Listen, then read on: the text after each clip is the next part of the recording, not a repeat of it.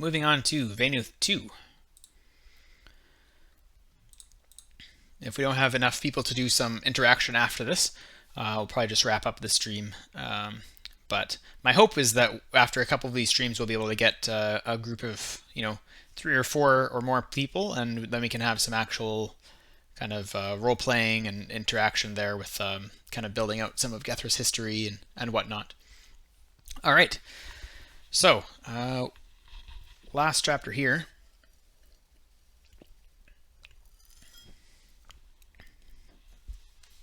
Vaenuth 2, the 27th of the 5th moon, 1478.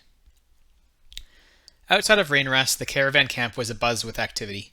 With supplies purchased from the day before, their wagons were heavy laden, and seating was an important process for the 30 men and women of Vaenuth's caravan.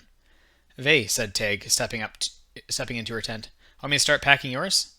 Most of the tents and pavilions were already packed up.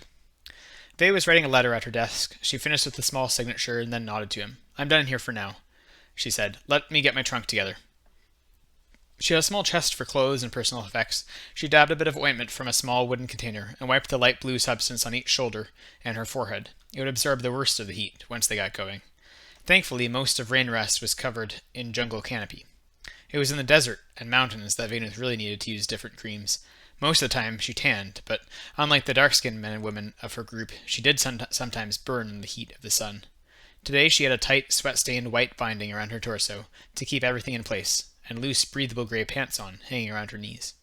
She put a canteen of water, a paper-wrapped loaf of bread, and a coin purse into her saddle, and hauled it up to her shoulder, smudging some of the cream she had applied. "Thanks, Tag," she said, as she walked past him. The camp was almost fully disassembled, and the sun had only started to cast its long shadows through the forest. The nearby town was quiet, and only its guards moved about. It had rained yesterday, and a few lines of drying clothes were the last thing to be packed into their wagons. If trading with the Slithers and the desert dwellers was as simple as trading with men and women, one wagon of coin would be sufficient for many loads of purchased goods. But in the Expanse, coin was just a heavy metal, and survival was the only way to trade. "Ellie," she called to the nearby group of women, "food almost ready?" Their quartermaster was a short woman with scars on her face from a primal attack in her youth. She was close to 10 years older than the 27-year-old caravan master. She waved to Vaenuth and tossed her an orange. "For the ride," she said. "I'll have eggs and fried boar ready soon." Not all of the women helped Ellie, though. 2 were combatants, 4 helped take care of their animals, and took Vaenuth's saddle from her when she reached the line of wagons. "We'll get Bellmeyer ready," Liro said, quietly, with a smile. Bano was helping out, too. He brushed past Vaenuth with a huge wooden crate in his arms. Bare-chested, his torso was covered in smooth, round muscles and a handful of black and green tattoos. Another, smaller man was following him with a chest. He tried to bow to Vaenuth, but couldn't with the weight. The 2 of them set their loads on the back of the wagon bed and turned back to her. "Grand morning for a ride, isn't it, Vae?" Bano asked with a big smile. "It is," she grinned. She had known him since before she purchased the caravan, when she'd worked at his side. Back then, Bano had suspected she was a woman, though she hid herself in a similar chest-binding wrap and had shaved her head. Now, she had let the top of her scalp grow neck-length brown hair, though the sides and back of her head were shaved. She glanced at the unfamiliar man next to Bano. "Who's this?" "Fresh meat," Bano chuckled. "Came down from the town earlier, looking for work. Told him he might see snake people, and he just shrugged. We'll see if he shrugs when they're looking at him through their slit eyes, huh?"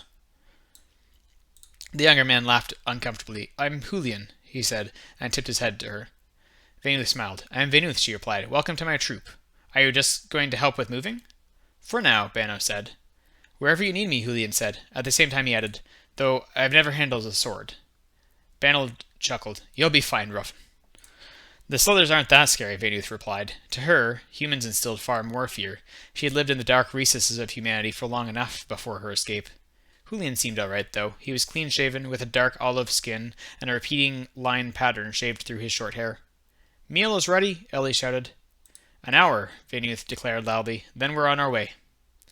She ate with Liro and Teg and discussed their route. From Rainrest to Nokair was about 10 days, and from Nokair to the end of the Yurna Mountain highlands another 3. None of them were certain how long it would take to reach the Logren Riverlands, for the caravan had never been that way. Most of the time, they journeyed straight north, into the Expanse, until their scouts encountered a Slither tribe. Over the last 2 years of running the caravan, Vaenuth had lost 6 scouts to Slither tribes that weren't interested in trade. and skirting the scale ends as they planned to do on this venture might cost her dearly. According to the map, once crossing into the expanse from Urna, it was about 350 miles. Could take anywhere from 2 weeks to a month. Soon, the hour of eating and socializing was done. They packed up the remaining supplies in short order, and everyone mounted their horses, camels, or wagons. Bano sat on the front wagon, for no horse could bear his weight on such a long journey. Sometimes, when he got restless, he would just walk beside the caravan. Vaenuth was surprised to see that Julian had brought his own mount for the job, a tall, lean Magra with characteristic dark brown fur and soft mane. He had already made some friends in the caravan, it seemed, for he rode with a couple of scouts in the middle of the procession. Bellmeyer, Vay's horse, was a Uranese mount. She had ridden him for years, even back when she had worked for Old Master Jolakar, the previous owner of the caravan. She gave him a couple of berries she had picked near the quartermaster's fire pit, and scratched his muzzle before giving him the bit and fitting on the leather bridle. She climbed up into her saddle, double-checked her saddlebags were secured, and unwound the binding she wore on her torso. She wore it when moving around the camp and doing activities, but out on the road, with the slow-moving caravan and the brutal jungle heat, the men and women of the caravan wore as little as possible. She caught Julian staring at her. He had likely never seen a white woman before. Without further ado, the caravan was moving. A couple of Vaenrest guards at the nearby wooden gate called, "Best of luck!" or "Good travels!" It was slow going as the workhorses heaved the wagons forward. Teg kept at her side, talking to her about his thoughts why Kivride wanted the white makeup, or what they might use his favor for.